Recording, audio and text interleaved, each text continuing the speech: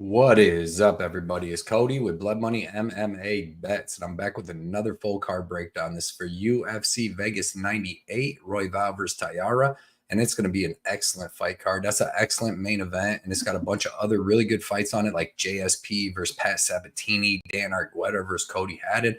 Like, there's some really good fights on here with some really exciting fighters. So all these fights should be good. I think there's a ton of good betting spots on this card, unlike the last one. And we'll get into all that stuff. But before that, like I said, my name's Cody with Blood Money MMA Bets. And every single week I'll be here breaking down the UFC fights. I do Dana White Contender Series also when that's around. And I just love breaking down the fights. I'll give you my prediction for the fight, the breakdown, and then my best bet for each fight if there is one. But yeah, if you're new here, hit that like button for me, man. Drop me a comment, help my algorithm out. I'm trying to get back in the algorithm after taking a couple months off, so I've been getting low views, but I've been killing it the last couple weeks. If you guys want to get my betting slips, my bets, my recaps, all that stuff, that's on Twitter and Instagram at Blood Money MMA Bets. And last week I went 10-2, hit the only bet I put in, so that was awesome. That's a couple good weeks that I've had. I've had on the last 2 or 3 cards. I've been killing the Dana White Contender Series stuff. So, like I said, if you want to check me out, Instagram, Twitter, all that stuff, I post all my extra content.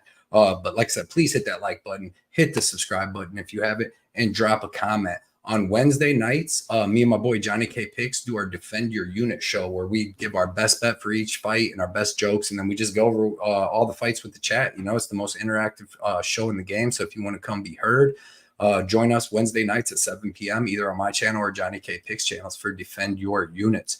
But yeah, man, let's get right into these fights because it's a decent fight card. Like I said, it's got some pretty exciting fights, and the first one is pretty exciting, man. Chris Barnett versus Junior Tafa. The return of Chris Barnett, who is 23-8, currently sitting at plus 300, 38 years old, 5'9" as a heavyweight with the 75-inch reach. Junior Tafa is 5-3, currently sitting at minus 380, 28 years old, 6'3" with the 72-inch reach. So you'll see Junior Tafa has a crazy small reach. I don't know how that can even be like real with the 6'3" guy. But you'll see Tafa is going to be 6 inches taller, but Barnett will have 3 inches of reach. Barnett hasn't fought in 2 years, man. That's one thing that really worries me. He had a decent win in his last fight over Jake Collier. And then hasn't had a fight since then due to injuries and having to pull out of a lot of different fights with Mo Usman and Waldo Cortez. But he's actually like a Taekwondo striker, man. The dude's crazy. You've seen the spinning wheel kick that he hit on John Vellante. You see the Jake Collier fight where he took a beating in the first round and then Collier gassed himself out and Barnett was able to get on top and just pound him out. But he's had a couple bad fights too, like the Boudet fight. Didn't look good where he's just held up against the cage and beat up. And then Ben Rothwell, who's a giant heavyweight, was able to beat him up, hit him with some good shots, take him down, and finish him on the ground in the second round. But he's fought, really low-level competition outside the UFC. He's had a couple decent wins. Alexander Lungu at 16-4. That guy's really a fraud. That record's crazy. But yeah, man, he's a Taekwondo guy that's built crazy like a bowling ball, but he's athletic as hell. Decent punches, really good kicks, decent leg kicks, and good spinning kicks. But he's very, very hittable. He's kind of slow to these bigger guys. Like even Jake Collier was just taking off on him. He does throw his punches nice and straight and has a little bit of decent pop on it. I believe he's finished 18. He's got 23 wins, 18 KOs. So, you know, the guy can be dangerous, but I mean, overall, it doesn't seem very good. He's beating John Vellante and Jake Collier. But Junior Tafa, amazing kickboxing background. He has excellent freaking leg kicks. He can't take a leg kick, but he's got good leg kicks himself. Good power in his right hand. You know, you've seen it even against Parker Porter, where he's able to basically just one shot knock him out. Serious power in his hands. He's got serious power in his kicks. He's got excellent knees, excellent clinch knees. His only problem really has been his takedown defense. You know, Muhammad Usman was able to take him down and get some control. Walter Walker was able to take him down, get some control, and then hit the heel hook with like 4 seconds left in the first round, which was crazy. But yeah, man, he's a high-level kickboxer. Kind of small for the heavyweight division. You know, I feel like he can make it down to 205, but it is what it is. In this fight, I'm taking Junior Tafa all day. I think his striking is going to be on another level. He's 10 years younger. He's going to be the bigger fighter. I think his striking, he's way faster, hits way harder, and I think that he's going to knock out Chris Barnett, where someone like Jake Collier doesn't really have crazy power, wasn't able to knock him out and he gassed himself out. I don't see that happening here. Barnett hasn't fought in 2 years, 38 years old, coming back against a young kickboxer. Chris Barnett, and he's not a wrestler really. Like the way he got on top of Jake Collier was tired, took a sloppy shot, and Barnett just reversed him and got on top. But he is dangerous if he gets on top. But I'm saying Junior Tafa, way too fast, way too powerful. I think he gets Barnett out of there in the first round, to be honest, kind of like he did Parker Porter. Next fight is in the women's strawweight division.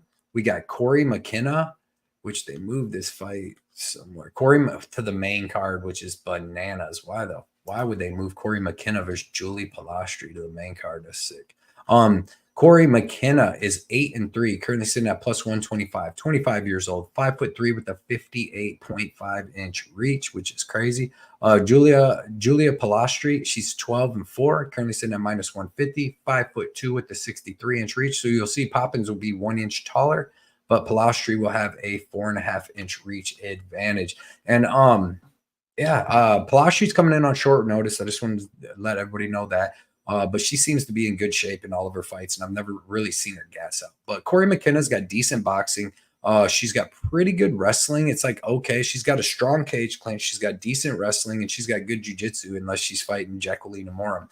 But, man, you know, she's got some okay wins in the UFC, and then she's got some bad losses. Like her okay win with Cheyenne Velismus, where she was able to get some cage control, land a couple of good timed takedowns, and she was able to win a close decision there. And then she beat Miranda Granger, who is not good. But she has a loss to Elise Reed, where she chose to mainly strike with her most of the fight and barely even chose to use the grappling, which we know that's Elise Reed's kryptonite. So that's terrible fight IQ. Decent win over Kay Hansen and Vanessa Demopoulos. And like I said, decent boxing. She does have decent wrestling, and she has really good jiu-jitsu, but she's not, you know, really good in the stand-up. She's got okay movement, okay head movement. But like Cheyenne Velismus was picking her apart a little bit. And like I said, she went to the cage clinch and takedowns in that fight to get the win. Julia Polastri, she's got good striking. She's definitely going to have the better striking, better kickboxing in this fight. She's way more aggressive than Poppins. She has pretty good wrestling. You seen her last fight against Josephine Knutson, where she was able to land a takedown in the second round, get a lot of control time, get some ground and pound, landed another one in the third and was about to win the fight and was reversed with like a minute and a half left in the fight. And that ended up costing her the whole fight. But she looked good in that fight. You know, she got beat up a little bit in the first round and then took over in the second and most of the third. But she's very tough. Like I said, powerful kickboxing. She's got a bunch of finishes for a female, which is, you know, it's good to see. She's got 7 finishes out of 12 wins, 4 KO, 3 submissions. Dangerous everywhere. I think she's going to have the better striking here. And I think she'll have maybe the better wrestling, but like if she gets taken down, she didn't have a very good get up game like when she was underneath of Knutson. And I think McKenna's way better than Knutson. I'm going to take Polastri, though, here. I'm going to say that she's able to stop the wrestling of Cory McKenna by using speed and movement, and then she's going to have the better striking and land the bigger shots. But I will not be touching that fight. No way. Next fight is in the men's bantamweight division. We got Dan Arguetta versus Cody Haddon. And I'm definitely looking forward to this fight. Dan, the determined Arguetta, is 9-2, currently sitting at plus 155, 31 years old, 5'7" with a 68-inch reach. Cody Haddon is 7-1, currently sitting at minus 185, 26 years old, 5'7" with a 69-inch reach. So you see everything's pretty even. Arguetta's 5 years older, but the height and reach is pretty even. Arguetta, decent boxing, really heavy forward pressure in his boxing because he's using that really to set up his takedowns, man. He's determined to get you to the ground. That's for sure, man. You've seen against Matsumoto in his last fight where he was able to land a ton of takedowns, get a ton of control time, but he kind of wore himself out and ended up getting guillotine choke late in that second round. But he definitely won the first round. Second round was close. He had a very close fight with Miles Johns. Miles Johns came in on short notice, and he was able to win the first round. And then in the second, third, he kind of slowed down. Johns was able to stop the wrestling. We got the win. He should have got the win over Ronnie Lawrence for sure, but it was stopped premature. But I actually like Dan Arguetta because he's got good wrestling. He's got a college wrestling background. He's got a high level black belt in jiu-jitsu. You've seen against Ronnie Lawrence when he fought a dude that has like MMA wrestling and MMA just MMA wrestling and good jiu-jitsu. Arguetta was all over him. But he's going to stick to the game plan. He's not going to come out and just box. He's going to stick to the wrestling game plan. He'll throw some shots. He has some decent power in his hands. And then he's going to cage it. He's going to wrestle you, get you down. And if he can beat you in the grappling, he's going to beat you up and get the win. Cody Haddon, as we've seen, not really on the Contender Series because that fight stayed standing and he was able to get the knockout over Billy Brand. But he has good jiu-jitsu, good wrestling himself. In the fight with Steve Erceg, they went back and forth on the ground, standing everywhere. It was an excellent fight. Erceg actually came up to 135 for that fight and was able to win, where Haddon kind of slowed down a little bit in that third round. It was very close, though. But Cody Haddon is very well-rounded. He's got excellent striking. He's got excellent takedown defense. He's got really good scrambles. He's got really good jiu-jitsu. Scrappy, good everywhere, good cardio, and excellent power. I got to go with Haddon here. I have to go with Haddon just for the fact that I think Dan Arguetta is definitely going to be able to land some takedowns, but I think Haddon will be able to get up. But on the feet, I think Haddon's going to land some big shots on Arguetta and pull out a very close victory. Like a very close victory. I like the overs in this fight. I don't think Haddon finishes Arguetta anytime early, so it could go after 2.5 rounds because Arguetta does tend to slow down as the fight goes from shooting all them takedowns and just using all that pressure. But like I said, I've seen Cody Haddon slow down against Erceg a little bit. So it's going to be a very good fight, man. It's probably lined pretty well. I would say the over 2.5 and Cody Haddon are the way I would go. But Dan Arguetta is a live dog in this fight. Next fight is in the men's flyweight division. We got, I'm sorry, this thing moved up. CJ Vergara versus Ramazan Timirov. This is going to be a freaking excellent fight with a ton of good striking and possibly even some good grappling. We got CJ Vergara, who's 12-5-1, currently sitting at plus 210, 33 years old, 5'6" with a 68-inch reach. Ramazan is 17-2, currently sitting at minus 265, 27 years old, 5'5" reach unavailable. So Vergara may be like 1 inch taller, but everything's going to be pretty even. Vergara, he's a good striker. He's just too low output of striking for me. He's not all that dangerous in his striking. He's got really good body kicks. You've seen on the Contender Series, he's got really good knees to the body and the clinch. If he can get to that, he put out Bruno Correa with them. But overall in the UFC, he's got pretty good scrambles. He's got bad takedown defense. He's got a good get up game. He's got pretty good striking, but like I said, he's low output and kind of picks his shots, but then he's not really throwing with power. So he's taking some losses. He's got some wins over some lower level guys, and then he's got some losses like Odie Osborne. Was a decently close fight. Then he beat Cledson Rodriguez. I really didn't think he won that. Lost to Tatsuro, beat Daniel Lacerda and Vicenia Salvador, two of the worst fighters on the roster, and then lost to Azu. And then you see too, he's got 6 fights in the UFC and he's missed weight in 3 of them, and they still let him fight at flyweight. But he's okay everywhere besides bad takedown defense, and then he's got good cardio and he's super durable. Tatsuro was the only one that was able to just finish him. Ramazan, man, this guy, he's not Azu. I'll say that for sure. He's definitely a different kind of fighter. He's got wrestling. He's got okay wrestling and doesn't have good jiu-jitsu from what I've seen. In the fights that I've seen, he was able to use some takedowns, but he's not like Azu where he's sinking in the hooks and he's taking your back and he's doing all this. What I've seen is he likes to throw bombs at people, man. He'll get in slugfest. He's got really good power in both hands, but he's just kind of whipping strikes. Like he's not really all that technical. He's not going to throw a 1-2, throw a jab, set it up with a head kick. None of that. Kind of just whips and wings hooks and throws heat, man. He's very good with it. Serious power in his right hand. His lead left hook has KO power in it.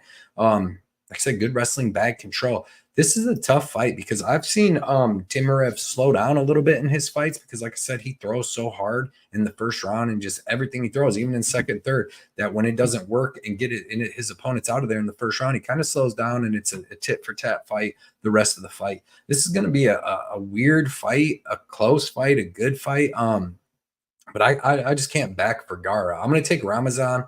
But man, I wouldn't bet him in this fight. I would bet the overs. I think this fight goes over. But I'll take Ramazan back, but I'm not going to be betting him. I think that CJ Vergara is actually kind of a decent dog in that fight for the line. The line's big.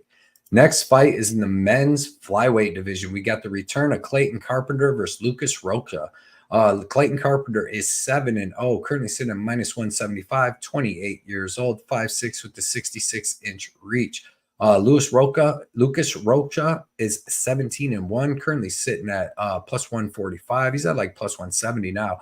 24 years old, 5'3" with a 64-inch reach. So you'll see Carpenter's going to be 3 inches taller with 2 inches of reach. And Clayton Carpenter is a well-rounded fighter. We haven't seen him in almost 20 months though.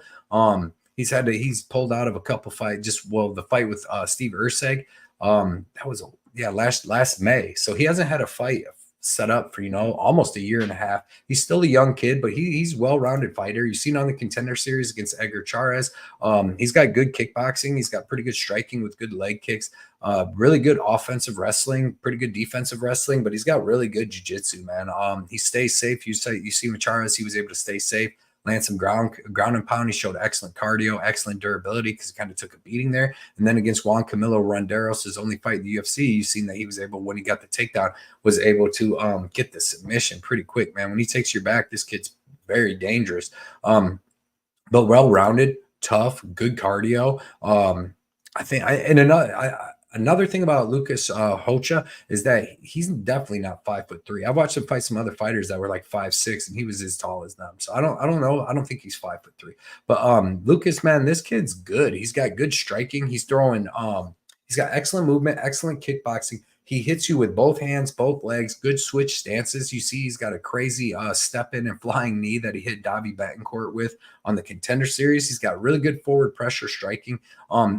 He's got pretty good takedown defense, and he's got good jiu-jitsu. I did see in one fight against a pretty high-level grappler him get taken down and controlled in the second round, but then he came back in the taken down and controlled in the first round, but that guy used tons of energy. It was Mateus da Silva, who that guy's like 14-4 now. But he took Rocha down in the first round and was able to get some control time and all that, but then came out in the second, was a little slower, couldn't get the takedowns, and Rocha was working him with strikes, man. The kid's very, very throws a ton of volume, and he throws it with pretty good power. I actually like him. I'm going to actually take Lucas as an underdog here. I'm going to say that he's able to keep this fight standing for the most part, because Carpenter, he's a good wrestler, but he's not like he's a D1 college wrestler. He's just a good wrestler and with excellent jiu-jitsu. But I think Rocha's got good jiu-jitsu his damn self, and he's a pretty good wrestler. And then I think that he has better striking. Like he's going to throw a lot more combos. He's going to throw a lot more volume. He's going to be switching stances, and he's going to be the one coming forward. And we've seen Carpenter, kind of get lit up by Chairez on the feet the whole fight. So I feel like Rocha is good, and I feel like he's durable, and I feel like he's got Chairez's cardio failed him a little bit in that fight, and he started getting taken down in the second and third and just accepting it, where I don't see Rocha doing that. He does not accept anything on the ground. You even seen against Davy Betancourt, who's an excellent fighter, was able to land like 2 takedowns, get like 30 seconds of control time, and the rest of the time Rocha was able to stop all the grappling. And then as Betancourt got tired, Rocha was able to hit him with that knee in the second round. It was early, but he still hit him with that knee and put him out there. So give me Rocha as the underdog. Next fight is in the men's welterweight division. We got Chidi and Njokuani versus Jared Gooden. Chidi and Njokuani is 23-10, currently sitting at minus 185, 35 years old, 6'3" with an 80-inch reach. Then you got Jared Gooden, who is 23-9, currently sitting at plus 150, 30 years old, 6 foot with a 77-inch reach. So we got Chidi. This is his second fight at 170 at welterweight. He came down and fought Reese McKee in his last fight, and to be honest, he looked pretty good, but you should against Reese McKee, especially after coming from the competition Chidi was facing at 185. He had his ups and downs at 185, but he was fighting really big guys, and he was fighting some really good guys. He had some decent wins. Marc-Andre Barriault knocked out Dusko Todorovic, but then fought, Gregory Rodriguez. Duriev fight was terrible, and then that loss to Olin Jacek. That's sad. That's unfortunate. But you really shouldn't lose to that. Made him drop down to 170 though, where he looked good. He's big, tall, long Muay Thai guy. Excellent tie clinch knees, excellent tie clinch elbows. That's what he hit Dusko Todorovic with, was an elbow, and put him out. The fast 1-2, he hit Marc-Andre Barriault with that 1-2, put him out in like 17 seconds. But it's weird. His last couple fights, like against Duriev and even Reese McKee, he's been more low output, patient. Maybe he's not wanting to gas, but he's not really explosive. Like, he's not throwing his big, heavy elbows. He's not trying to knock guys out. But, he should have probably won both of them fights. He did win the McKee fight. But the only things I don't like about him, he's almost 36. And, man, if he gets under some serious pressure, he'll check out. That's for sure. He's checked out a lot of times on a lot of people. But like I said, looked decent at 170. Jared Gooden, man, this guy, he's been in and out of the UFC a couple times now. He's well-rounded. He's got some of the best takedown defense you're going to see when he's got a full camp. Carlston Harris was able to get a little control time, but he came in on a couple days' notice. But excellent takedown defense. He doesn't really wrestle himself. That's what I was trying to look for if he was going to come out here and maybe try to wrestle Chidi and all that, but I don't think so because he was getting beat up by Randy Brown, striking pretty much the whole 3 rounds and never even tried one takedown, even when he was losing. And that's in a lot of his fights where he's getting beaten. He never really tries to wrestle. I mean, some of his fights, he's had some tough fights in the UFC with Abubakar and Randy Brown, but yeah, well-rounded, but not very dangerous on the feet. I know he got Wellington Turman out of there, but he's not very dangerous on the feet, in my opinion. Not in the UFC anyways. He's kind of a slower striker. He's got world-class durability. He's got decent cardio, and he's got excellent takedown defense. But other than that, he's kind of low output, and he's slow, and it's hard for him to hit the target. So this is a good fight between veterans. At least they're letting veterans fight. But I got to go with Chidi here because I say this fight's going to stay standing. And when it stays standing, I got to favor Chidi to be the bigger, taller, longer guy with the better Muay Thai. And Chidi's pretty durable when it comes to just standing striking. Most of his losses are like when he gets taken down and beaten up on the ground, he just kind of gives up. But I'm going to take him over Jared Gooden here. But it should be a pretty close fight, all 3 rounds. And I mean, if he's going to split with Reese, he's probably going to go to split with Gooden. So we'll see. Good fight. Next fight is in the men's featherweight division. We got Jonathan Pearce versus Pat Sabatini. Jonathan Pearce is 14-6, currently sitting at -135, 32 years old, 6 foot with the 71-inch reach. Pat Sabatini is 18-5, currently sitting at +110, 33 years old, 5'8 with the 70-inch reach. So you see Jonathan Pearce is going to be 4 inches taller and have an inch of reach. Jonathan Pearce is an excellent grappler. He's got good wrestling. He's a big dude for 145. He's got good wrestling, good cardio, really good jiu-jitsu, excellent ground and pound, excellent top control, and he actually has good striking. He has good long front kicks up the middle. He has pretty good power in his hands. You've seen his last fight against David Onama where he kind of got beat up he won the first, kind of got beat up a little bit in the second and was kind of too tired to take Onama down because Onama's so big and strong, man, hits so hard. But in the third, man, I was impressed with Jonathan Pearce as he threw down with Onama and just basically pointed to the center of the ring, and them dudes started throwing down. He was landing some pretty big shots, and he's shown his own durability and his own cardio. Pat Sabatini is a phenomenal wrestler, phenomenal jiu-jitsu, like high level black belt in jiu-jitsu. He actually has like decent striking, like movement, and it's like a karate-based striking. It's just he cannot take a punch, man. You've seen when he got kicked in the face against Damon Jackson and finished there, but he's been hurt in almost every single fight ever. Lucas Almeida never had a chance to throw a punch, but Damon Jackson kicked him in the face, ground and pounded him out. Jamal Emmers had him hurt bad and then followed him to the ground and got heel hooked.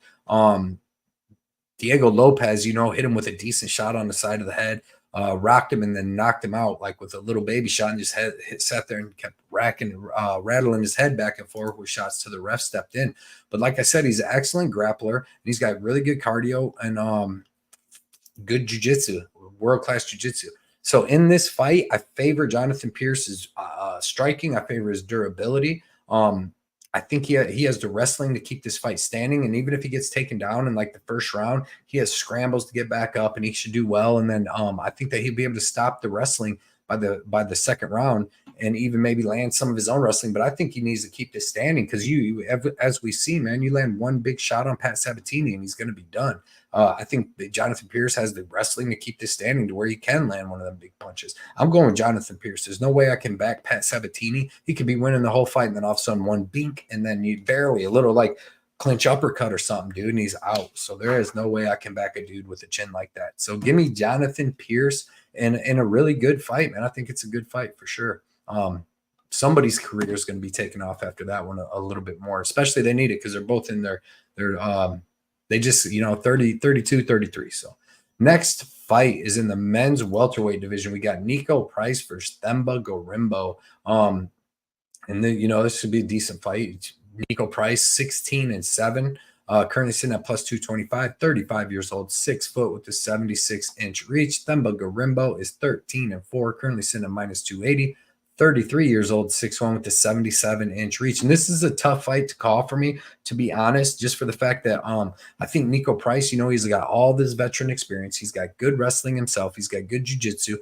He's got more power in his hands. He's way more dangerous standing up, in my opinion, and he's usually pretty durable unless he's fighting, Robbie Lawler and maybe like Vicente Luque, I believe, people that's giving him some problems. But he's well-rounded. He's a big dude. He's got pretty good cardio, as you see in the last fight with Alex Morono, where he was able to land on the feet and land the takedowns and be on top and stay safe. Themba Gorimbo's got decent power on his feet. I don't feel like he trusts his striking a lot, though. You don't see him really wanting to strike. He drops Sato with the long right hand, but what he wants to do is just grapple you. He's a very big, very strong guy that gets you up against the cage. Cage grapples you, and then when he's able to land a takedown, he's heavy on top, and his jiu-jitsu is good, and his cardio is improving, and he's training at a great camp. So this is a tough fight to call, like I said, just for the fact that I like Niko Price's experience. I like Niko Price's power on the feet and all that. But in the end, I got to go with Themba Gorimbo, man. He's the younger guy, and I do think that he's going to be able to land these takedowns, and I do think that he's going to be on top, and I do think that he's going to be able to stay safe. And then as the fight goes with this grappling, I think he's going to slow down the older Niko Price and take a little bit of his dangerousness away from him and then just be able to get the decision. I don't see Themba really finishing Niko Price on the ground. So give me Themba Gorimbo by decision. But we'll know a lot more about Themba after this because he's getting a junkyard dog in this fight. Next fight is in the men's welterweight division, where we have Daniel Rodriguez.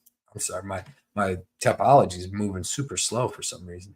But we got Daniel Rodriguez versus Alex the Great White Morono. Daniel Rodriguez 17-5, currently sitting at -205.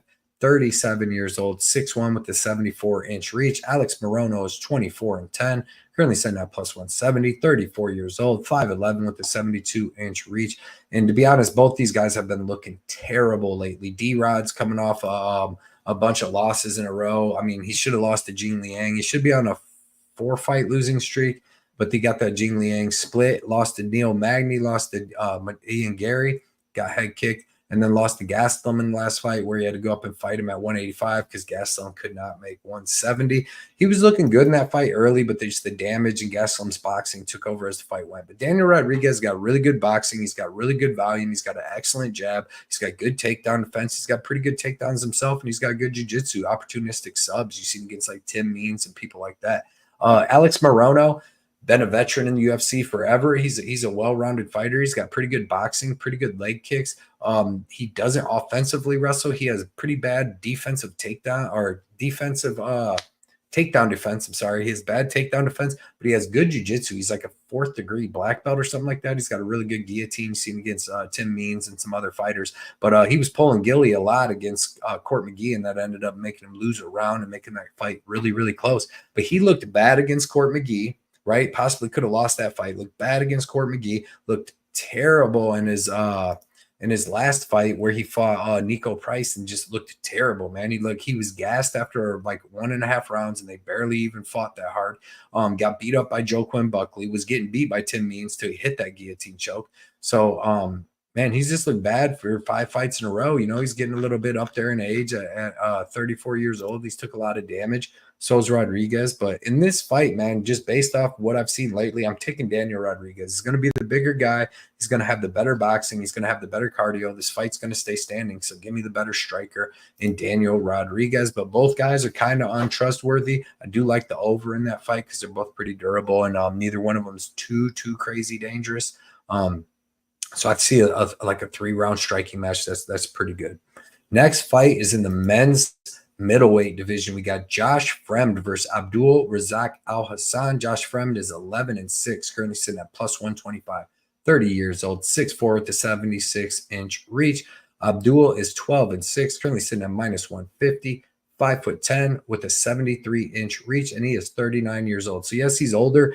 He's 9 years older, but to me, he's like a Jared Cannonier in them type fighter where he just, he's still muscled up, doesn't look his age. You're not seeing flab hanging. None of that. This dude's a genetic specimen for sure. Josh Fremd, man, to me, he's one of the worst middleweights in the UFC by far. He got his lucky win kind of over Cedric Dumas, who is like, they were going back and forth, and Cedric is not that good, but they were going back and forth, and he was able to come out, get out the back door, and get the guillotine choke after Cedric has actually reversed him and stuff. But Got guillotine choked out by Trayshawn Gore. Everybody's kind of high on him because he had a decent grappling match with Anthony Hernandez. But we've seen since then that Fremd is not good. I mean, he could have lost to Jamie Pickett. That was a close fight. Jamie Pickett is the worst UFC middleweight. That's why I say Josh Fremd's like top 3. But got beat up the whole time by Kopylov, got dominated by Petrosky, barely even tried. I don't know what he's good at. He's got decent striking, I guess. He's a big, tall, long dude. He's got okay defensive grappling. He doesn't have good offensive grappling. He doesn't have good offensive wrestling. I'm not impressed with nothing that he does, to be honest. And I don't even think he's that dangerous. Abdule, though, is dangerous. He's got powerful leg kicks. He's got super powerful punches. He's finished all 12 of his wins. Like I said, powerful leg kicks that he's hitting like Joe Piper with. And then he's got crazy power in his hands. You've seen against Claudio Ribeiro and just everybody that he's finished. Cody Brundage was on his way to the Shadow Realms before he took the easy way out. But knocked out Alessio Di Chirico with the head kick. He got beat by some people that was grappling him early on. But that was like Jacob Malkoon, who we seen is a fucking savage. And then Buckley, which I thought he actually won that fight, but they were going back and forth for all 3 rounds. And we see how good Njokuani Buckley is. Josh Fremd's not good. And I do think that Abdul Razak Alhassan knocks him out in the first or second round. I think these dudes are going to throw some heat, and I think that Alhassan is going to throw better heat. He's got a judo black belt to keep this fight standing, and I think that he's going to land the way bigger shots and just hurt Fremd. I think the damage builds up, and he gets Fremd out of there in the first round or the early second. I don't think that Fremd's UFC level, to be honest. Next fight is going to be a pretty good fight. It's in the men's lightweight division. We got Grant Dawson versus Rafa Garcia. Grant Dawson is 21-2-1, currently sitting at minus 400. 30 years old, 5'10" with a 72-inch reach. Rafa Garcia is 16-3. Currently sitting at plus 300. He's 30 years old, 5'7" with a 70-inch reach. Grant Dawson, working at a great camp at ATT. His striking's getting a little bit better. He's got pretty decent leg kicks, okay boxing, but he can't really take a punch. We've seen him hurt in a lot of fights. So he just grapples, and that's what he's good at. And he's world-class wrestling for MMA, world-class jiu-jitsu. Like, he's out wrestling good wrestlers, and he's out jiu-jitsuing good jiu-jitsu guys. You've seen it against Jared Gooden, Damir Ismagulov, who else did he get? Joe Selecki, Mark Madsen. He out-wrestled the Olympic wrestler. He out-grappled Jared Gordon, who he sees a beast in grappling wrestling, all that. Damir Ismagulov, beast, and he dominated him the whole time. He had that loss against Bobby Green where he got hit with the big shot and put out, but he just came out a little cocky in that fight. Looked good against Joe Selecki, dominated him, and is just overall a good fighter, man. Like, as far as grappling, like world-class grappling. And then he gets Rafa Garcia, who's a good fighter too. He's got pretty good boxing. He throws decent leg kicks, and then he's got good wrestling, offensive and defensively, and pretty good jiu-jitsu. The problem that I have with Rafa Garcia is he's got 19 fights, 16 wins, and exactly 1 KO. He's got 8 submissions, which I don't think is going to be a factor here. Then he's got that 1 KO. He does got like decent pop in his hands where if he lands clean on Grant Dawson, he could definitely get him out of there. I've seen him hurt Drakkar Close, but Drakkar Close was just striking with him, throwing big shots. I expect Grant Dawson to throw some shots with him, but just to turn this into a complete grappling match like he always does. I expect him to land some takedowns, get a bunch of control time, wear on Rafa Garcia, and just get this win. Rafa Garcia, basically, to me, as a striker, like a KO chance to win this fight. Like I said, he only has 1 KO and 16 wins. So I got to go with Grant Dawson, getting some more wrestling and jiu-jitsu domination. And I figure he'd be moving up the rankings a little more. You know, he's number 20 right now, fighting a number 57 guy. So you thought he would have got a number 15 guy or top 15 guy, but he's actually going backwards a little. But we'll see. He's still young. He's got a long time to make some more good fights. Next fight is the co-main event. We got Brad Tavares versus Jung Park. Brad Tavares is 20-9, currently sitting at plus 145, 36 years old, 6'1" with a 74-inch reach. Jung Park is 17-6, currently sitting at minus 170, 33 years old, 5'10" with a 73-inch reach. So you'll see Tavares will be 3 inches taller with 1 inch of reach, and he's also 3 years older. Brad Tavares, man, meat and potato fighter, good boxing. Not too much power. He's only got 1 finish since 2012, and that was over Christoph Jocko. But pretty good boxing, pretty good leg kicks, world-class takedown defense. Nobody's really taking him down too much. World-class takedown defense, and then he's super durable. but he's just like meat and potatoes. He's not good anywhere. He doesn't push the pace. He's always going backwards, takes a lot of damage. He doesn't hit very hard. So, like I said, one finish since 2012. So 12 years, he's got one finish. So he's not very dangerous. And a lot of times guys just walk him backwards, walk him down and put a beating on him a little bit. But like I said, he's usually pretty durable. I know Gregory Rodriguez was able to beat him up, and Bruno Silva got him out of there, but I really didn't think he's out. But other than that, man, he's super durable. I don't like that he slows down. He slows down from damage and just fighting. Like by the middle, like he's fast, accurate, and kind of explosive in the first round, movement, all that. But by the second round, he's just standing there in front of you, and most time backing up, like I said, against the cage, and just letting you beat him up. He can be taken down easily, but he can be cage controlled in a lot of time. Bird Jung Park, man, he's meat and potato fighter too. There's nowhere he's great at, but he does have good forward pressure. He has excellent jab. His boxing's really good. He has an excellent jab and he has an excellent calf kick. So he just jab you, moving forward. You're throwing stuff at him. He's dodging most of it, and he's very durable. He'll eat a bunch of big shots too, but he just keeps putting that pressure, that forward pressure coming forward, and able to just jab you, hit you with some leg kicks. And then as you start slowing down, he'll start throwing bigger right hands, mixing the grappling and all that. But I don't see him mixing it in here. I think this fight's going to be very close. I think it's going to go to decision 100%. I don't see any grappling in this fight. Maybe Jung Park tries to hold him against the cage, but he's not all that big, and Tavares is going to be a lot bigger, so I don't see a lot of that. I do see a lot of striking. What I like about Jung Park to get the win here is because he's always coming forward, hitting you with that jab, moving, and throwing them leg kicks, and Tavares is very happy just, boxing with you and moving backwards. So I think Jung Park's going to be coming forward. I think he's going to throw a lot more volume, and I think he's just going to do more damage. So give me Jung Park, and I'm taking him by decision. I think that's a good bet. I think the overs are good bets, and it's going to be a good fight. And now to the main event of the night, man. We got a great scrap here. Brandon Raw Dog Royval versus Tatsuro Taira. Brandon Royval, 16-7, currently sitting at plus 165, 32 years old, 5'9" with a 70.5-inch reach. Tatsuro is 16-0, currently sitting at minus 200. 24 years old, 5'7" with a 70-inch reach. So you'll see Royval's going to be 2 inches taller with a half an inch of reach, and he will also be 8 years older. Brandon Royval, man, well-rounded junkyard dog. He's got excellent. He's very tall and long standing, got excellent Muay Thai. Throws a ton of kicks, front kicks to the body, kicks to the legs, head kicks, excellent step-in knees. He's got good clinch knees, good clinch elbows. He's got good spinning elbows. You've seen him hit Kai Kara-France with he got hit by Kai Kara-France with the spinning elbow, I believe. He hurt Kai Kara-France. I believe I'm getting them mixed up somewhere. I just watched it, but he's a beast, and then most of the time, the thing that sucked is his takedown defense. He could be held down, but he showed a pretty good takedown defense and offensive jiu-jitsu, throwing up kicks and all kinds of crazy stuff against Brandon Morono in his last fight. I think he learned a little bit after his fight with Pantoja, where he was kind of taken down and grappled, for all 5 rounds. But the dude's dangerous, man. He's got, like I said, the step-in knees. Mateus Nicolau, he got him out of there. He was able to finish Kai Kara-France after hurting him and then choking him out. The dude's dangerous everywhere. And like I said, he's very big. He's durable as they come. I mean, we've seen him get rocked a lot, but he recovers quick because he throws wild, crazy stuff, and he can get hit in between it himself. But very durable, good scrambles, good striking, throws a lot of volume, excellent cardio, just a really, really good fighter. Then you get to Tatsuro, man, who is a excellent fighter. Like this kid, his striking, his kickboxing is phenomenal. I went back and watched all of his fights, Charez, all these different people to see how good his kickboxing was because I don't know if he's just going to hold grapple the whole time here. And his kickboxing is excellent.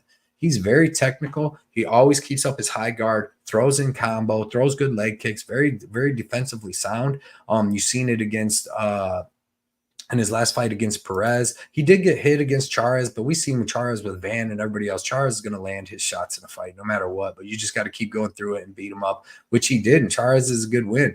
Finished CJ Vergara, finished Jesus Aguilar with ease, finished Alex Perez, struck with him for the first, round and a half, and the first time he tried to take him down, he took his back standing and took him to the ground, and that's when Perez's knee blew out. But man, Tatsuro's so good. He's so technically sound. This kid's big. He's strong. He's got excellent cardio, excellent durability. The striking in here, like obviously I'm favoring Brandon Royval in the striking, but like don't sleep on Tatsuro. He's very good. He's got good power himself, and he's very technical. And then when it comes to the grappling, like I gotta favor Tatsuro, right? Like I love Brandon Royval, but he's not going to offensively grapple Tatsuro. And then Tatsuro's wrestling is phenomenal, but his jiu-jitsu is even better than his wrestling. Like, this kid's so well-rounded, so tough, excellent cardio. I'm not going against the 16-0 kid. Even though Brandon Royval is very good, I mean, we've seen him win some good fights. We've seen him lose some good fights, but he's very good. But like, I think the striking is going to be pretty even. I favor Royval a little bit on volume, but I think Tatsuro is going to be able to land some takedowns and steal some rounds with his grappling. And he's very defensively sound. I don't see him going out like Mateus Nicolau, none of that. So give me Tatsuro Taira. I probably won't be betting him or nothing because Royval is a dog. I'm going to probably watch this main event as a fan. But give me Tatsuro Taira. And I do like the overs, over 2.5, 3.5. It could get weird as the fight goes on if one of these dudes gets tired or if Tatsuro is able to get in an excellent jiu-jitsu position, because man, I really like this kid's ground game and his striking is just as good. So give me Tatsuro Taira in a very good fight. I hope we get like a back and forth war and we get to see what this kid's really made of. And whoever wins this fight's probably on a short track to getting a title shot, I would imagine. I mean, we know Royval's already beat Morono, and he's already lost to Pantoja twice. So I'm sure the UFC and everybody, most people besides people back in Royval, want Tatsuro to win, see where this kid's career goes. 16-0, could be 17-0. I'm high on him. Like I said, I can't go against that. I can't go against the undefeated phenom. So this is going to be a really good card. I hope everybody enjoyed this breakdown. Like I said, if you're new here or even if you've been here, hit that like button for me on your way out. Leave a comment, put a W, put an emoji, put a couple of emojis, anything, man, to help the algorithm, get me back in it. Used to get like 3,000 to 5,000 views. I get like 1,000 now. So I need some help. We got to pump them numbers up. Them's rookie numbers. So help your boy out. But yeah, man, good luck everybody this week. Check me and my boy Johnny K out on Wednesday night, and I will see you guys soon.